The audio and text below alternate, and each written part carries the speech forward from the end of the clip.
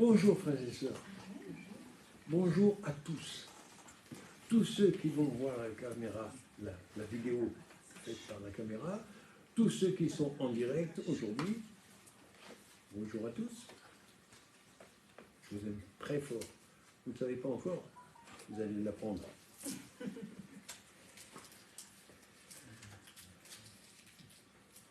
Et comme on commence toujours par le commencement, les choses essentielles. D'abord, Seigneur, c'est à toi que je m'adresse.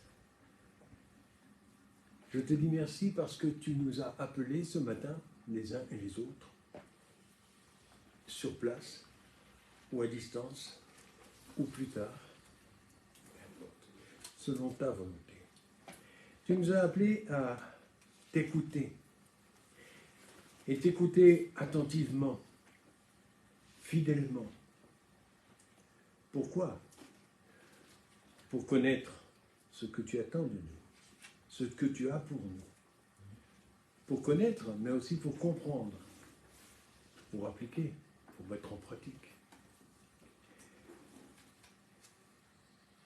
Pour te ressembler, Seigneur. Parce que tu es venu, Jésus, tu es venu sur cette terre non seulement pour mourir à notre place. À cause de nous, tu étais venu. Cette phrase, je l'ai retenue ces jours-ci plus que d'autres jours. J'ai dit, Seigneur, c'est vrai que tu n'es pas venu seulement pour nous, pour moi, mais tu es venu à cause de moi. Si je n'avais pas péché, si aucun de nous n'avait péché, tu ne serais pas venu jusque-là pour ça. Parce que nous avons besoin de toi pour nous sauver. Alors merci Seigneur pour tout ce que tu nous as donné. Et pour ta parole, pour ce message de ce matin qui m'a travaillé pendant toute la semaine, comme toujours. Et comme au dernier moment, des fois, le Seigneur donne un mot, une phrase, quelque chose de précieux. Mais je sais, Seigneur, par expérience, que ce n'est pas seulement pour moi, que ce n'est pas seulement pour nous, que ce n'est pas pour forcément tout le monde, mais quelquefois pour une seule personne, ou deux, ou plus. Ces paroles que tu donnes, ce sont tes paroles. C'est ton discours, Seigneur. C'est ma voix qu'on entend. Est-ce qu'on l'entend bien? Trop. Pas trop. C'est pas terrible. Là, c'est mieux? Oui. Il faut savoir se servir d'un micro. Il faut tout savoir. Ça fait beaucoup. Alors, ce message a pour titre aujourd'hui « L'Église du Dieu vivant dans le temps de Dieu ». Quand j'ai donné le titre à mon pasteur pour qu'il le mette sur la tablette, il a paru un peu surpris. Il a dit, mais c'est toujours le temps de Dieu. Oui, bien sûr. Mais est-ce que notre temps, c'est le sien? Est-ce que son temps, c'est le nôtre? Moi, le Seigneur me l'a bien expliqué ces derniers jours. Il me l'a martelé même en pleine nuit. Mais il dit, attention. Ton temps à toi, tu le calcules avec ta montre ou avec ton calendrier. Pour les minutes, les heures, les jours, les semaines, les mois, les années. Ok. Mon temps à moi, c'est le présent éternel. Voilà une dimension extraordinaire. Alors je sais pourquoi maintenant le Seigneur a fait en sorte que je revienne jusque-là avec mon petit verre ce matin. Nous avons pris la Sainte Seine, nous avons pris le vin qui est le sang de Christ. Mais est-ce que nous avons cette dimension réelle du petit verre ici qui représente le sang qui a coulé pour nous tous, nous tous, à travers la planète, même ceux qui le refusent, même ceux qui n'en veulent pas, même ceux qui le contestent, c'est pour eux aussi. C'est pour toi. Comme c'était pour moi. Il y a des dimensions dans la parole de Dieu qui nous sont écrites depuis des siècles et même des millénaires. Mais il y a surtout une dimension que je voudrais appuyer, et appuyer peut-être un peu plus fort que d'habitude ce matin. Nous voyons dans la Genèse, au chapitre 28, et au verset 17, un petit épisode très court, mais très significatif. Il s'agit de Jacob. Jacob qui vient de combattre. Il ne savait pas que c'était Dieu lui-même, par son ange. Et il a été victorieux. Mais c'est après son combat, après sa bataille. C'est là que ça se situe pour nous aujourd'hui. Il eut peur. Et il dit que cet endroit est redoutable. C'est ici que se trouve la maison de Dieu. C'est ici que se trouve la porte du ciel. Alors je vous dis, mes frères, mes sœurs, ce lieu où nous sommes, ce lieu où vous êtes chez vous, même dans votre salon, c'est la maison de Dieu aussi. Parce qu'il y est présent. Il y est présent à travers chacun et chacune d'entre nous qui sommes ses enfants, nés de nouveau, parce que nous sommes les pierres vivantes de son édifice, dont il est l'architecte. C'est vrai que le Seigneur force un petit peu dans ces derniers temps. Il force un petit peu les mots et les phrases et les pensées surtout pour bien nous faire comprendre qui nous sommes et où nous sommes. À un certain moment de ma carrière de chrétien, j'ai osé dire, là où je pose le pied, Dieu est là, parce qu'il est en moi. Et je le dis encore aujourd'hui, et chacun de nous peut le dire.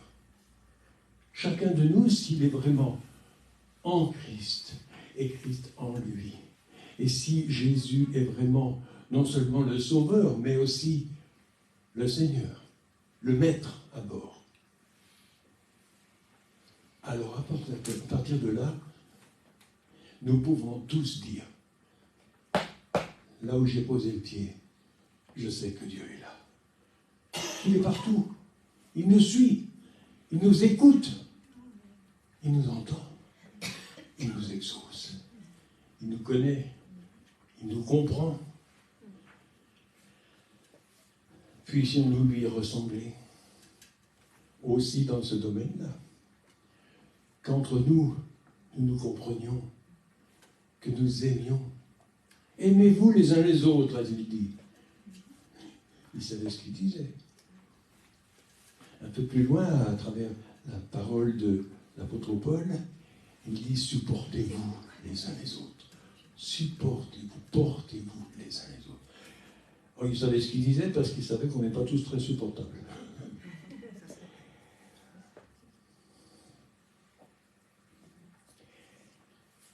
Une phrase que j'ai relevée parmi les références et qui a été déjà citée ce matin,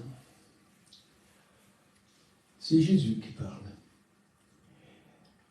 C'est dans Matthieu, au chapitre 18 et au verset 19. « Je vous dis encore que si deux d'entre vous, s'accordent sur la terre pour demander quoi que ce soit, cela vous sera accordé. En effet, là où 2 ou 3, et plus comme aujourd'hui, et plus comme encore plus, s'accordent pour demander vous serez exaucés. Alors qu'avons-nous à dire quand nous nous mettons en prière? Sinon, un autre mot qui a été cité ce matin très fort. Merci! Merci Seigneur, parce que tu nous as donné la vie. Parce que tu nous as dit que tu es là, en nous, avec nous, présent. C'est ça que nous voulons, Seigneur. Sentir ta présence en nous. Sentir ta présence autour de nous. Sentir ta présence par le fruit de tout ce que nous faisons, tout ce que nous disons. Bien sûr, il y a aussi là un ordre à respecter. Comme le disait quelqu'un récemment sur Internet, il faut d'abord être, ensuite faire, ensuite dire. Ok, mais d'abord être. Parce que si je parle de l'évangile, de la parole de Dieu, et que Dieu n'est pas en moi, alors ça sonne cru. Ça n'aura pas le même fruit. Alors pas du tout. Et si je me contente de faire et d'organiser, comme on fait beaucoup trop dans l'Église aujourd'hui, organiser, programmer, mais laissons le Saint-Esprit nous guider, nous conduire, et nous dire voilà ce qu'il faut dire, voilà ce qu'il faut faire, où, quand, comment, selon sa volonté. Parce que nous avons toujours dit, et nous disons encore depuis très longtemps, Seigneur, que ta volonté soit faite. Ta volonté, pas la nôtre. Quand nous venons prier, nous ne venons pas dire, Seigneur, voudrais-tu arranger les choses pour que ça se fasse de cette façon ou dans ce temps-là plutôt que... Oh Seigneur, comme tu veux. Où tu veux, comme tu veux, quand tu veux. C'est ça mon désir. Ta volonté. Et comme sa volonté, il y a aussi une dimension importante, comme celle du petit verre. Sa volonté, il l'a dit aussi dans le prophète Ésaïe, vos désirs, vos paroles sont très loin des miens. Très loin. Parce que lui a pour nous beaucoup plus que ce qu'on lui demande. J'oserais même dire quelle honte est la nôtre de dire Seigneur, je voudrais ceci, je voudrais cela, alors qu'il a beaucoup plus pour chacun de nous. Il a tellement de richesses, tellement de choses magnifiques.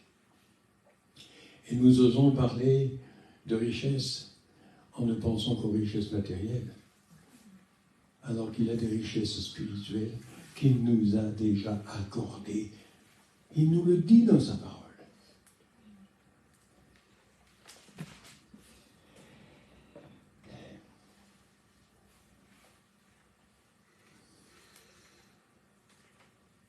Le Seigneur est très clair dans sa parole, bien que pour beaucoup de gens que j'ai déjà entendus, que j'entends encore souvent, il me dit, mais la parole, c'est compliqué, c'est dur, j'arrive pas à suivre, j'arrive pas à comprendre, j'arrive pas à mettre en pratique. Ça, c'est bien plus vrai.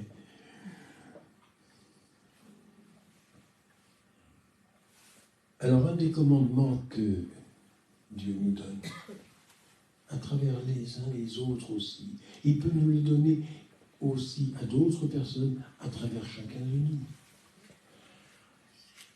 C'est dans 1 Pierre 2, au verset 4, à partir du verset 4. Approchez-vous de Christ. Tiens, c'est curieux.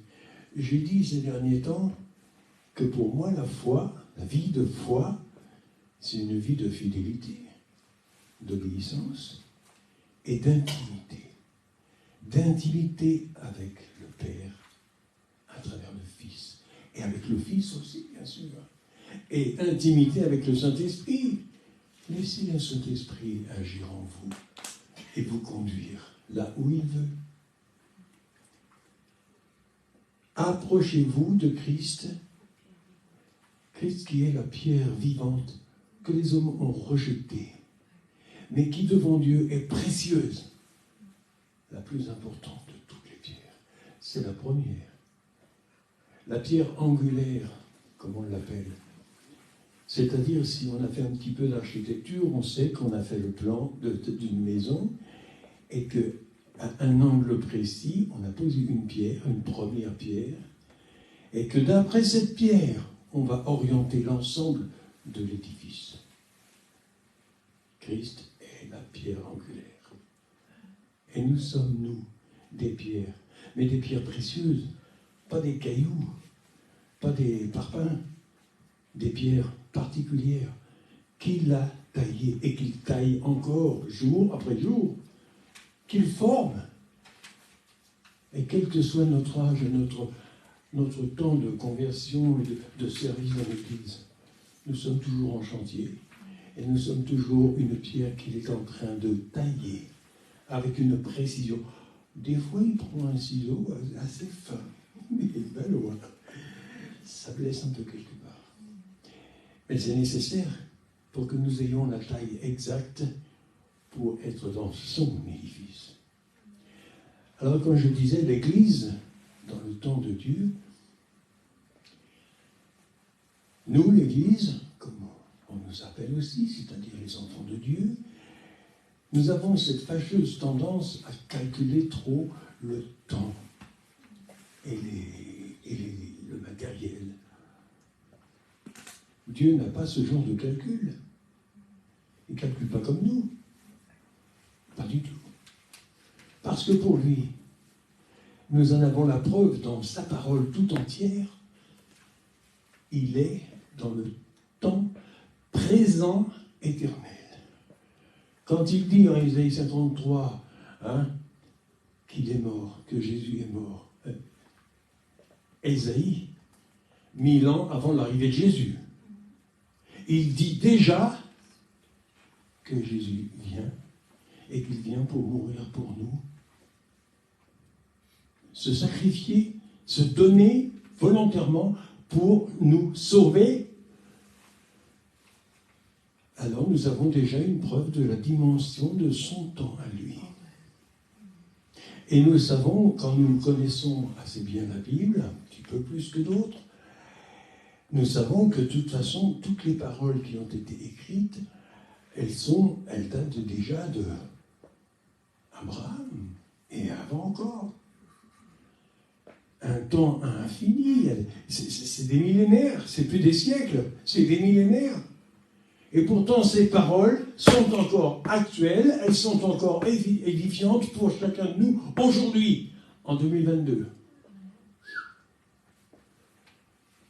Comment est-ce possible? Aucun ouvrage littéraire en France ou ailleurs sur la planète, aucun n'a ce pouvoir, n'a cette puissance. Aucun ne date d'aussi loin. Bien que les archéologues commencent à en trouver qui datent de longtemps. Mais pas de ce temps-là. Et pourtant, ces paroles sont toujours dans le même temps présent. Chacune des paroles s'adresse à toi, à moi, à toi, à chacun. Aujourd'hui, maintenant. Et elle s'adresse à l'Église tout entière aujourd'hui et ici. Ici, là où il nous a placés. Je l'ai déjà dit et je le répète encore et je n'ai pas honte de répéter quand c'est nécessaire. Ça arrive souvent, je sais. Je ne suis pas venu dans cette assemblée, dans ce lieu, à Colmar, parce que j'ai décidé, parce que j'ai eu envie, ou parce qu'on m'a invité.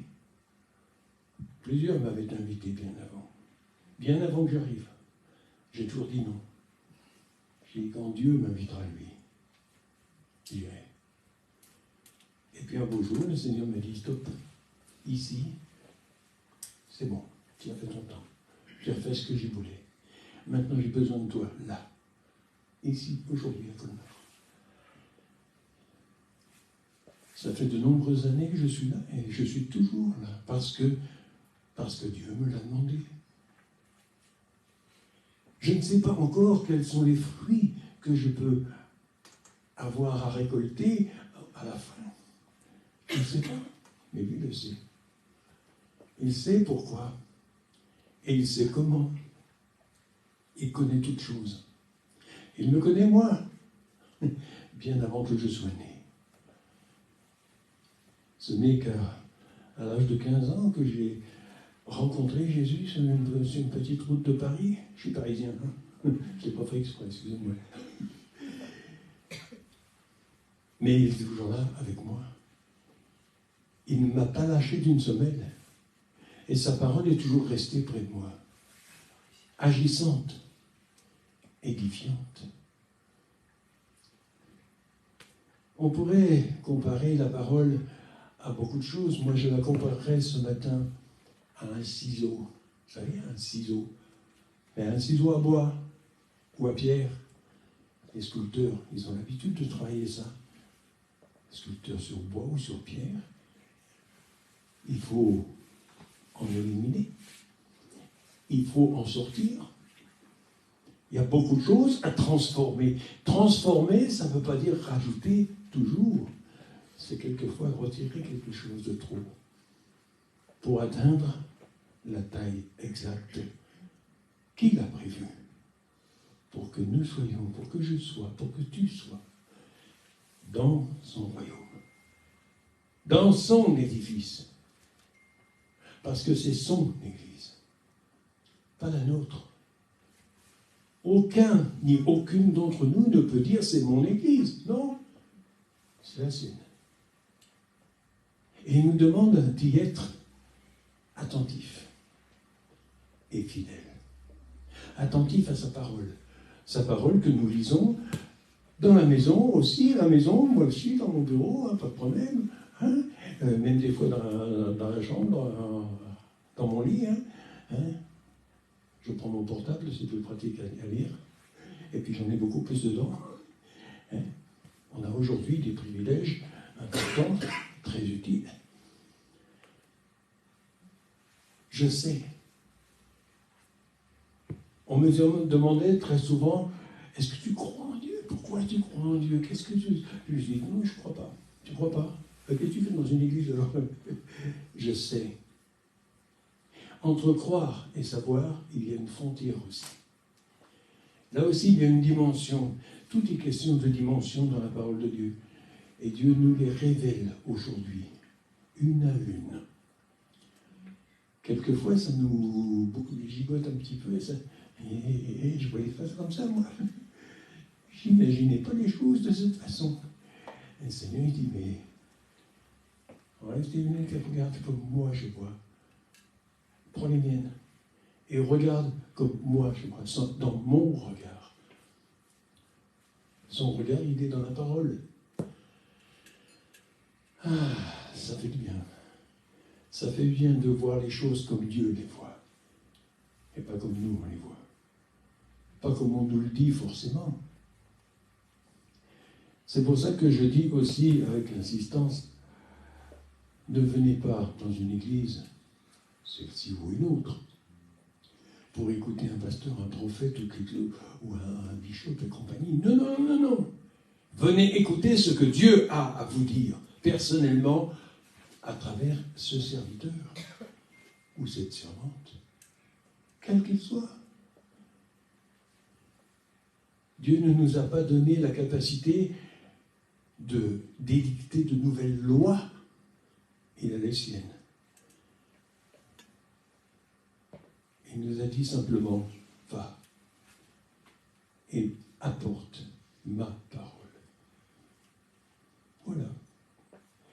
Voilà ce que nous faisons.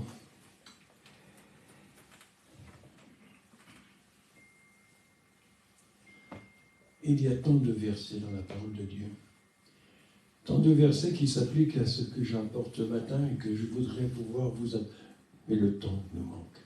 Parce que c'est notre temps qui travaille aujourd'hui. C'est notre temps à nous. Et son temps à lui est tellement différent. Dieu, lui, il a tout son temps. Il est éternel. Ni commencement, ni fin. C'est très difficile à comprendre. C'est très difficile à comprendre, à entendre. Comment est-il possible qu'il n'y ait ni commencement, ni fin? Il a toujours été, il est toujours, il sera encore. Mais alors dans ce cas-là, si nous sommes ses enfants, et s'il est en train de nous tailler, de nous sculpter, et de nous donner une place dans sa couronne, dans son royaume, laissons-nous faire. Laissons-nous faire, parce qu'il le fait bien mieux qu'on ne peut l'imaginer. C'est lui l'architecte. J'ai travaillé dans le bâtiment et je sais que quand les maçons sont là pour poser des pierres, ils les posent d'après ce que l'architecte leur donne d'ordre. Là où il a décidé, parce qu'il a son plan, il a fait son plan à l'avance, et il sait là où il y a nécessité d'une pierre en plus ou en moins. Il sait. Et notre architecte, notre père, notre papa, il sait tout ça. Il sait là où tu seras. Il sait là où il a décidé de te placer dans son royaume, dans sa maison. Aussi bien ici, dans cette assemblée aujourd'hui, il sait qui est là. Et il sait pourquoi.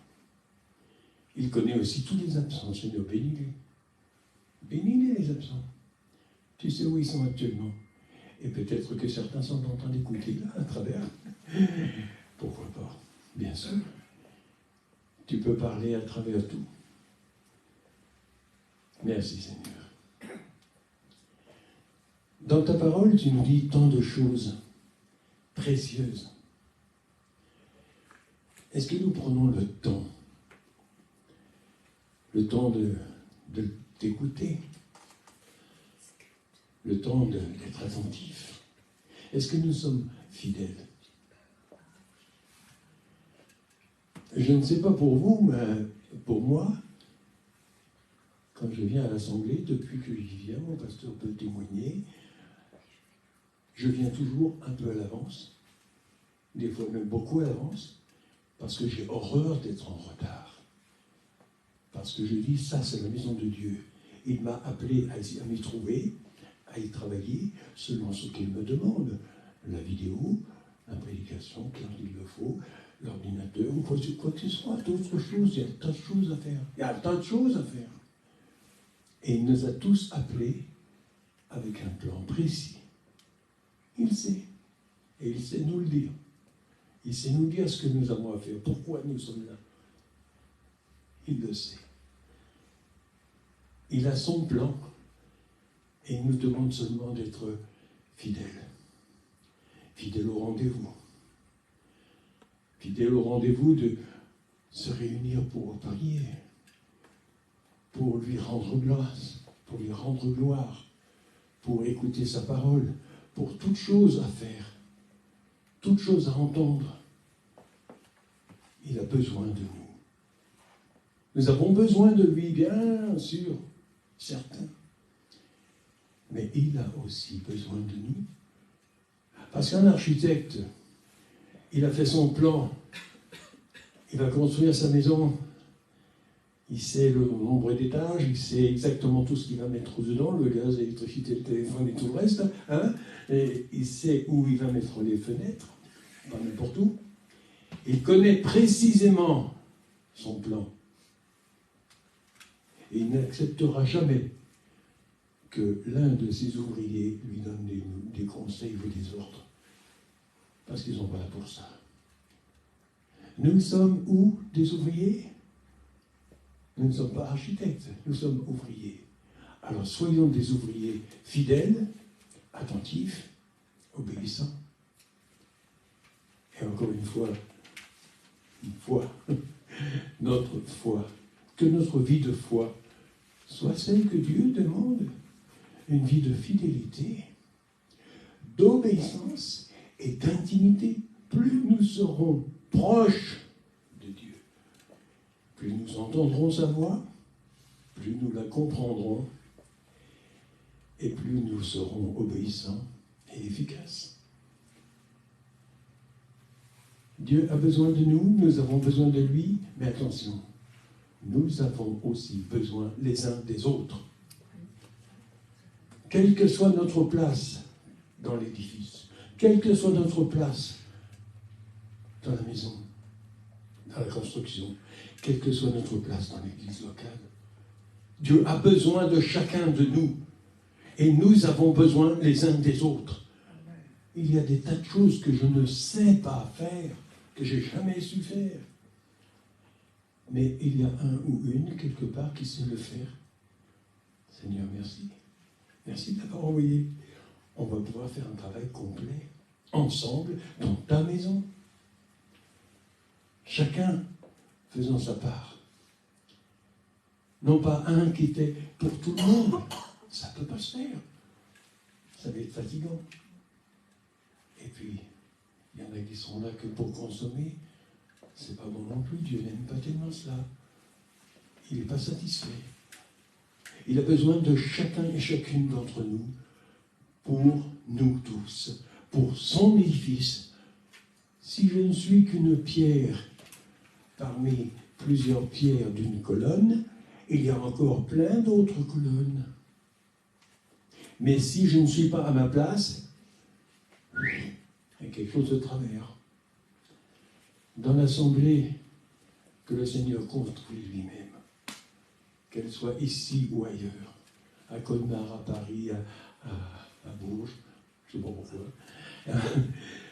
ou ailleurs, à Bruxelles aussi, au Québec, vous voyez, partout sur la planète.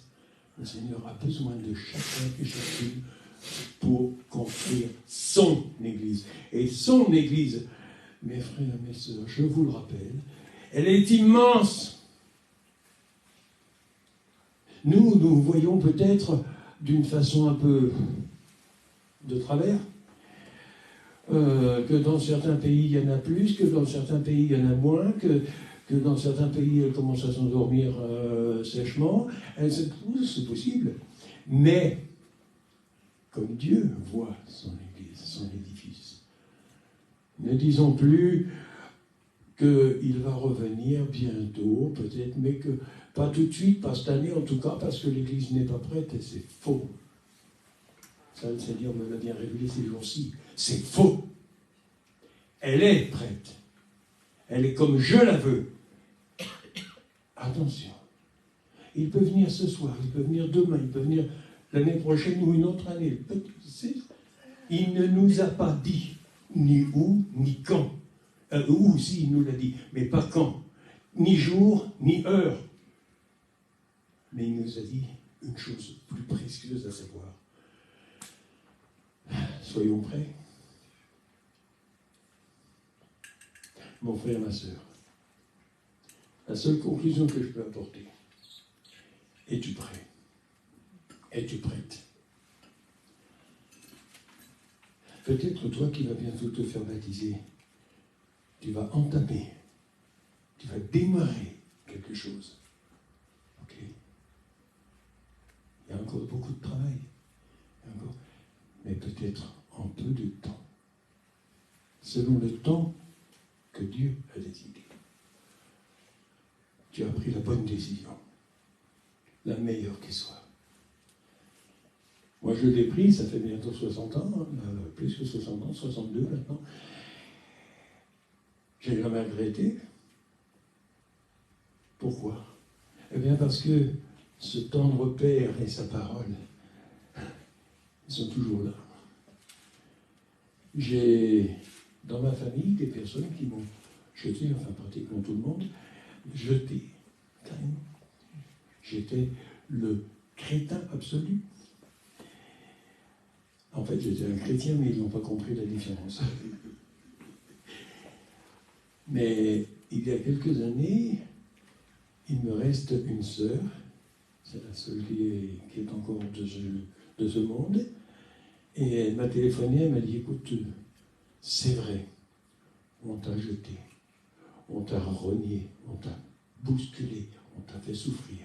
Mais, une chose est sûre aujourd'hui, ce que tu as cru, tu dois avoir raison parce que tu es toujours là. Et tu y es encore. Ce Dieu, il est vrai, il est réel, il existe, il est présent, il est là avec nous ce matin. On ne le voit pas de nos yeux, mais on le voit de nos cœurs. Et quand on regarde, et comme moi je regarde mes frères et sœurs, je vois mon Père en action, là et en vérité. Merci Seigneur. Merci de tout ce que tu donnes. Merci de tout ce que tu fais.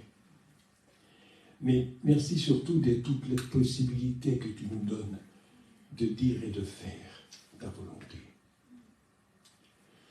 Apprends-nous encore. Taille-nous encore.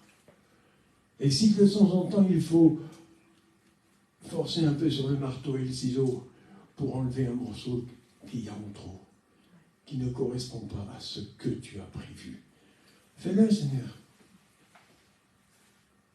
Tu as dit dans ta parole que les souffrances sont là pour nous faire grandir, sont là pour nous former. Continue à former ton Église, ton édifice, selon ton désir, selon ton plan à toi. Ce plan que nous ne pouvons pas voir, nous n'avons pas accès. Les ouvriers sous le chantier n'ont jamais eu accès au plan d'architecte. De quel droit pourrions-nous essayer de comprendre et de connaître le plan? Non, ce n'est pas notre boulot. Notre tâche à nous, c'est de nous regarder les uns les autres pour nous aimer, pour nous supporter, pour cesser, et ça je dis présentement, aujourd'hui, en 2022, cesser de nous critiquer les uns les autres. J'entends trop de critiques en ce moment. Des frères et des sœurs, même haut placés dans l'Église, qui se rejettent, qui se mettent un peu en doute, en travers, en disant « Ah là, c'était pas bon, ça c'est pas bien, ça c'est pas bien dit. » Non. De quel droit? Nous ne sommes pas les architectes. Nous ne sommes que des pierres. Alors, comme des pierres vivantes de l'Église de Dieu, du Dieu vivant, présent, soyons simplement chacun à notre place. Effectuons ce que Dieu nous donne à faire ou à dire. Rien de plus, mais rien de moins non plus. Merci Seigneur. Merci pour les mots que tu donnes. Merci pour la parole que tu donnes. Et que cette parole ne soit pas considérée comme la mienne, mais comme la tienne. Parce que tu nous apprends chaque jour les uns les autres. Et à travers chacun et chacune de ceux qui sont présents aujourd'hui, et de ceux que je rencontrerai encore, tu vas m'apprendre encore beaucoup de choses. À travers de chacun et chacune d'entre vous, Dieu peut m'apprendre des choses précieuses. Ne les retenez pas. Si Dieu a quelque chose à vous dire à mon sujet, dites-le. Ça ne fera que me tailler, me construire et me tailler à la dimension exacte de Dieu. Donc, respectons cette parole que le Seigneur donne ce matin. Soyons présents auprès de lui, en intimité, au plus proche, dans la prière, dans la lecture de sa parole, dans la mise en pratique de sa parole, dans la méditation de sa parole. C'est important, très important. Il y va de notre salut éternel. Là, le temps, le petit temps que nous avons encore à vivre sur cette terre, le petit trajet que nous avons à parcourir, c'est si peu face à l'éternité qui nous attend. Alors soyons prêts à passer cette éternité avec lui, mais pas dans un autre coin, pas ailleurs. Et quand il viendra chercher les siens, qu'il connaît très bien, très précisément, qu'il aura préparé pour les accueillir, il viendra les chercher qu'aucun de nous, ici présents, ne reste là. Qu'on soit tous partis. Et s'il venait maintenant, j'aimerais une chose, c'est avoir un petit regard pour voir encore un instant avant de partir. Une salle vide, entièrement vide, parce que nous soyons tous auprès de lui. Amen. Amen. Amen. Amen. Gloire au Seigneur pour sa parole.